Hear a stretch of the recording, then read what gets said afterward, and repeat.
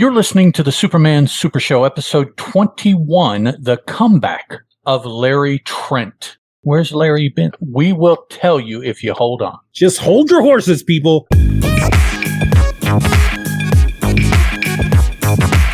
Howdy, folks. Welcome to an all-new episode of the Superman Super Show. I'm a host. My name is Ed, and 1,000 miles over my left shoulder is the other host, Mr. Steeven Orr. Hello. Hello. Hello. Hello. And we didn't even practice that. That's right. That was off the cuff. Yep. Which is the best kind of cuff. That's right. There's no cuff like an off the cuff. An off cuff. Yes, absolutely. All right, guys. Today we're looking at the comeback of Larry Trent, which appeared in Superman number 2, issue 2, volume 2. No, it's issue number 2. This was written for us by Jerry Siegel, penciled by Joe Shuster, and inked by Paul Cassidy. Superman issue number 2 was published by DC Comics, and it has a cover date of September 1939 with an approximate on-sale date of August 22nd, 1939. That's according to Mike's Amazing World of Comics. That is very close to very close to the put it out and whatever it actually meant back then. I don't think that the cover date was necessarily used the same way they are now. So Doug chimed in on the live chat. Everyone has been waiting for the Larry Trent comeback. And I just have to say real quick, that title is probably one of my favorite things about this story. And I read all 3 stories out of this issue first. And then when I was putting the show notes together, I went back to the index and I saw that title and I just nodded my head. I was like, yep, that's a great freaking title. Yep. Now, a little bit of research brought the fact to light that this story is a compilation, probably with some amount of editing, of newspaper strips that were published between and including February 20th, 1939 through March 18th, my birthday, 1939. Now, my birthday was not in 1939 for all of you people that thought that was funny, because it's not. I was born about 30 years later than that. Thank you. So, okay. Now that we got that out of the way, it's not funny. I'm not laughing. No. Much. All righty.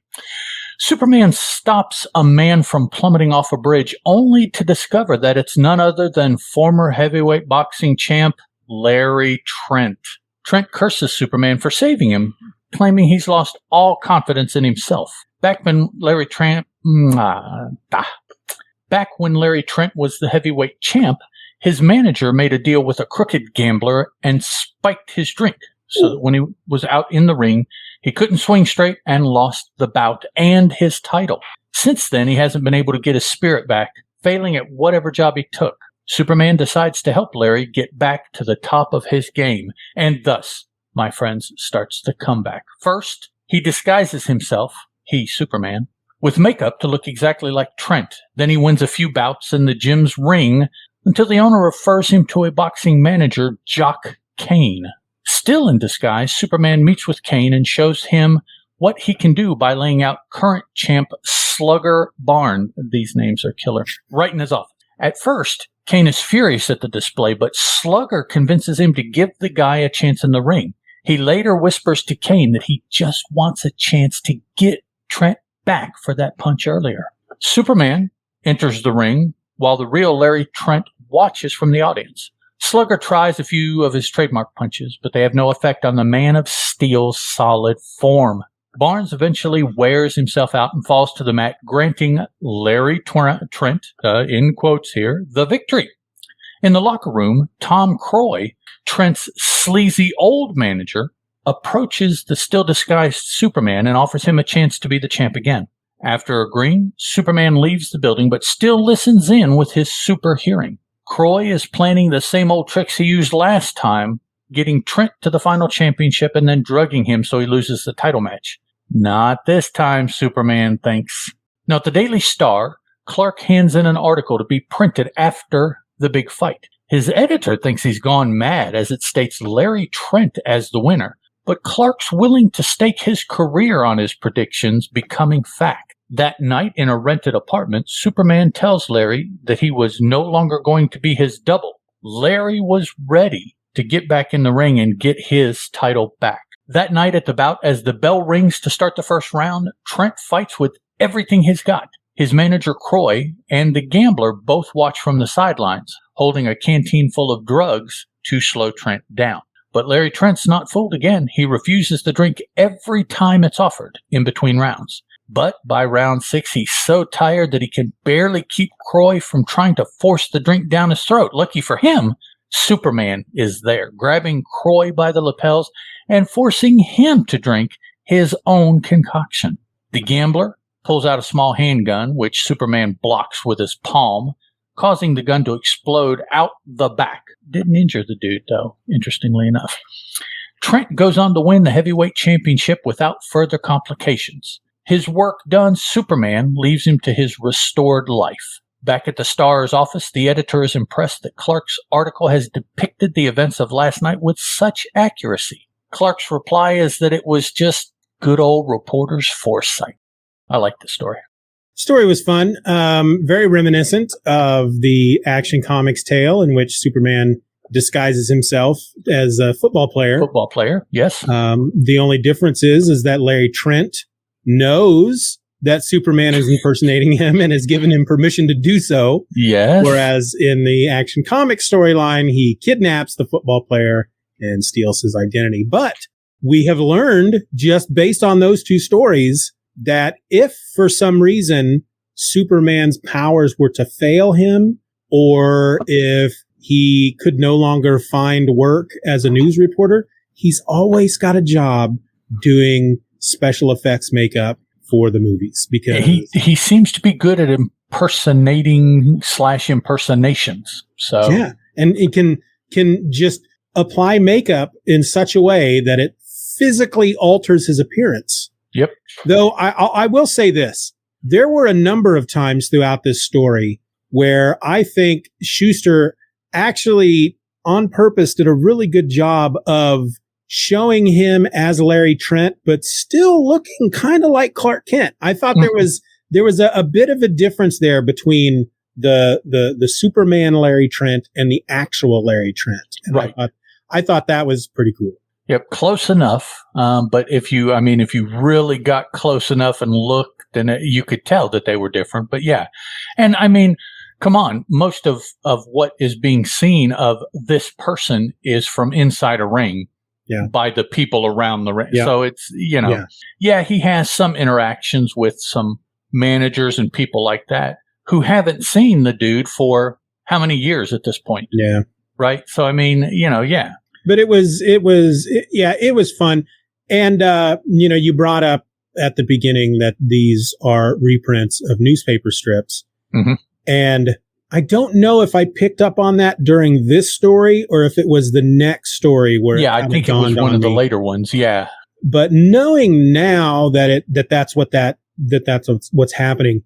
I mean, first of all, just the look, there's like kind of like a speckled inking going on, shading going on a lot of these panels that it just looks different than what was in the comics. And I don't know if that's a process that is there because it was going into a newspaper strip, but it's definitely got a different look, and it does have a different feel. It feels like almost a different type of story than what we've been reading in Action Comics. And frankly, as we get to the other two stories, when we move on to the next episodes, they are a bit darker than what we've been seeing in the comics, which I don't know, almost surprises me that for a nationally syndicated newspaper strip that they would be darker and almost more violent than what they would put in a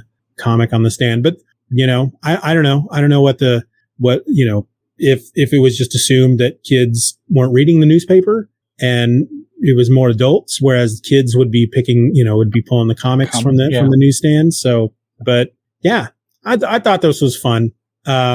It definitely, like you said, had a different feel than those strips that we've been reading in Action Comics.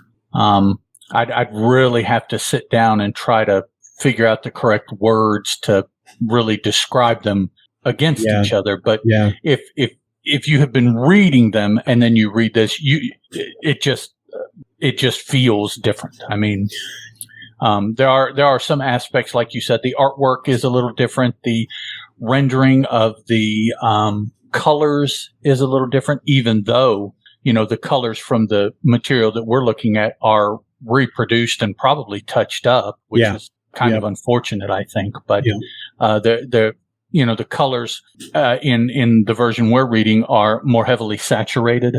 Yeah. And I think that they are brighter primary colors than the primary colors would have looked in a newsprint printing. Yep. Either the paper or comic books back then. So, we're looking at something that was printed on shiny, heavier bond paper in higher saturation, and so I mean, it just, to me, a lot of the modern reprintings of these very, very old comics, the publishers feel that it's necessary to do that. And I think it takes away from the product because it's not what it was. You're not reprinting something. If you were dealing in antiques, that would be called a repop, right? You're reproducing it. It's not a reprint. Yeah. So I would like to get a hold of a lot of these things, particularly these newspaper prints, as a true reprint, so that I can see. That's what I want. I want to be then. And so I need to see it as close to what I would have seen it in February of 1939.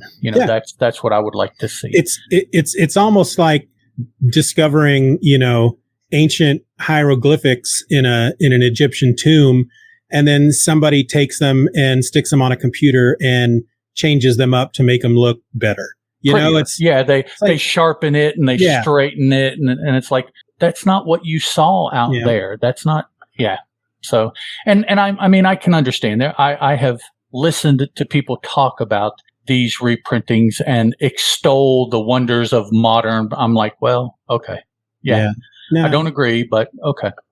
I understand it. I get it. I understand the reasoning behind it. But I get your words, but if it's a situation where, because, some of these maybe, they don't have good copies of the originals. And so they don't have any choice. They don't have any choice but to update it. That's update it and maybe at times even remake it, just look and see what it is and do the best they can to re-image whatever. Well, okay, I can understand that, One thing I found is that the art is almost better on these in these stories than they have been. And in fact, as I was reading these stories, because what I found is as we've been reading Action Comics, I don't really pay attention to who is doing the art in the story until I start putting the show notes together for the show.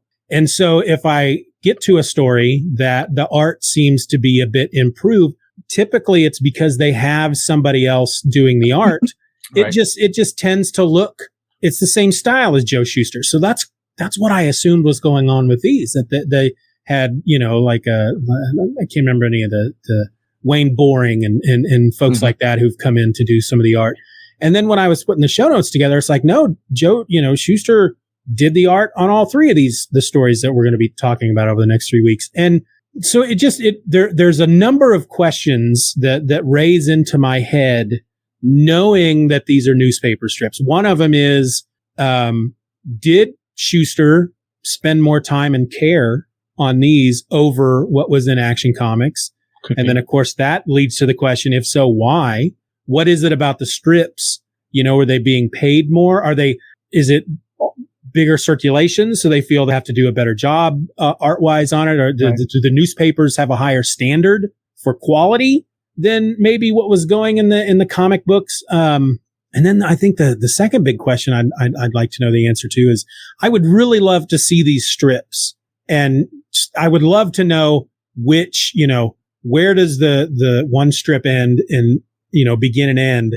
Because as I'm reading these, there are certain moments like, okay, well, this obviously is the end of a strip, and then this is the beginning of the next strip as printed in the newspapers, because I think we were talking before we started recording. There are moments in the next story where somebody's saying something in one panel, then the very next panel they're saying almost the exact same thing. So it's very obvious that the previous panel was the end of one strip in a newspaper, and then the next panel was the beginning of the next strip in a newspaper. Right. It's almost like catching you up on what's exactly. going on. If you didn't read last week's or however they're divided, this is right where we left off. And where the nowadays in your typical daily newspaper comic strip, unless it's like a comic that's like a Far Side that is just one panel, they're typically about 3 to 4 panel strips. And I'm curious if that was, I think it's pretty much the same. I think it's John that's been reading through some of the collections that have the strips and have been posting, the strips on Twitter. And I believe they're about 3 to 4 panels each strip, but I don't know. Once I realized, and it wasn't until we get to the next story that it kind of dawned on me that's what was going on. Then I almost took myself out of enjoying the stories because I was trying to figure out, okay, so if a typical strip is about 4 panels, 1, 2, 3, 4, that's kind of a weird way to end that strip. And that's kind of a weird way to start that strip. But yeah, you're trying too hard, man. I know, exactly. I was thinking too much and it took me out of enjoying the stories. Yep. But those are questions that maybe John can answer. And it also makes me wonder, because I know they've put collections together of those newspaper strips, but I don't know that they're exhaustive. I don't know that they're all the newspaper strips. And I wonder if these are in some of those collections or if they haven't bothered to put these in any collections since they're already in, Superman issue number 2. Stupid things I get curious. Yeah, I'm not sure. I know I've seen, hardcover compilations of the newspaper strip, but I've not paid attention to know exactly where they started or what is included. Or a lot of the ones that I've seen, like through Amazon, they're always like 1943 to they seem to be later than what we're reading right now. Yeah. Which then naturally brings me to another question. When in relation to when this issue came out and when Action Comics was coming out around the same time, when were these strips originally printed? Were they, are they over a year old at this point? Are they, I don't know. Well, these were February and March of 39. Okay. This book came out in August of 39. So 6 to 7 months old. Right. Yeah. And May and June for one story and April for another. So June 39 is the oldest, is the closest to the publication. Yeah. And it's roughly 2 months and a couple weeks. What is that? 10 weeks. 10 weeks from when this came out. Now, of course, it was printed before that to some amount. I don't know how long before it would be. So this is the actual appearance date of one of the stories is June. We know that that's when it came out. I'm not sure. I don't know if anybody can be sure when these books were printed. I don't know if they printed them a month before they sent them out. Is it the next week after they managed to get them out? I don't know what that time shipping whatever would have been for comics, but pretty close. These are pretty recently seen in the newspapers compared to when they put them together for the comic book. I'm kind of surprised they got the rights to do that. Yeah, it makes sense. However, since we know that the first issue of Superman was reprints, and Siegel and Schuster, we know at this time they're not just doing Action Comics. They're doing Action Comics. They're doing these strips for the newspaper. They're doing Slam Bradley. They're doing, there's a number of other comics that they're doing. So instead of adding to their workload, at this point, they're doing reprints, which it's like, it's almost like this is that generation's version of trade paperbacks. Right. Yeah. Almost. Yeah. But they would have had to colorize these for this issue, right? Because they would have been in the newspaper as black and white. Right. I'm assuming. Yeah, they would have been black and white. Now I know there were color elements in the papers because the Spirit strip was in color. Okay. And it's coming out roughly the same time, 39, 40. Interesting. So it was 7 or 8 pages of color, and it was one of 3 strips in that little section, a special section that came out every Sunday. So yeah, I mean I'm not nowadays sure what the other 2 it's, strips were. nowadays, and of course when we grew up, it's the comics that were in newspapers Monday through Saturday were 3 to 4 panel black and white strips, right. And then in the big Sunday insert, they might be a bit longer. And they were all color. Yeah. So. All right. I don't know if I have anything else to say about this one. I didn't make any notes. The moments where Superman comes in at the end and like grabs Croy when he's trying to force Trent to drink the poison, and Trent's hair color changes. Then when Superman puts his hand in front of the gun, I found both of those scenes really interesting and yet odd at the same time, because with the exception of the one panel where you see Superman forcing the guy to drink the poison, it's just a hand that comes out of the shadows. You don't see, and I don't know. I thought that was kind of funny. Yeah, and the gambling thug, they're not getting injured when that weapon rather explosively backfires on him.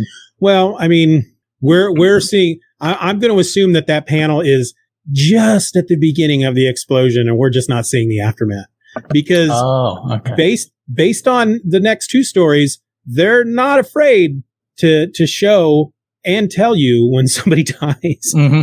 Yeah, that's not. Yeah, it's not. It wasn't a problem for those, so it probably wasn't a problem for this one either. Yeah, but and it was kind of a fun. I like that Superman helps the guy out to get him, to get his name back up there, to fix his reputation. But then the whole time he's sparring with the guy and building him back up. So during that final bout, the guy can do it himself. I like that. I really like that. That was good. Yeah, I wondered how exactly, about halfway through, I wondered exactly how Superman would set him up to get his belt back. Yeah.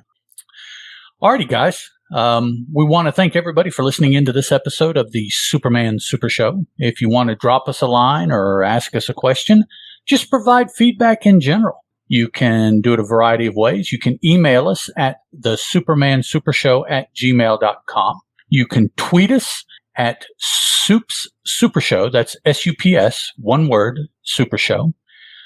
You can join us over at the forum at forum.justanotherfanboy.com. Leave comments there. Every episode has its own posting, so you can leave all the comments that you want for all of the episodes that you want to comment on. All the links for this stuff will be in the show notes, so don't worry about trying to jot those down real quick, because I'm not going to repeat them. So, if you missed it, you'll just get them from the show notes. They're right there.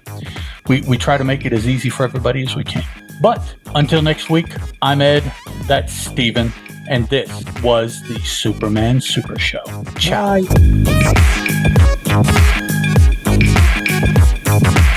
Superman is a copyrighted feature appearing in Action Comics magazine. You're just feeling very Italian tonight. Ciao, Bella. Ciao, Bella.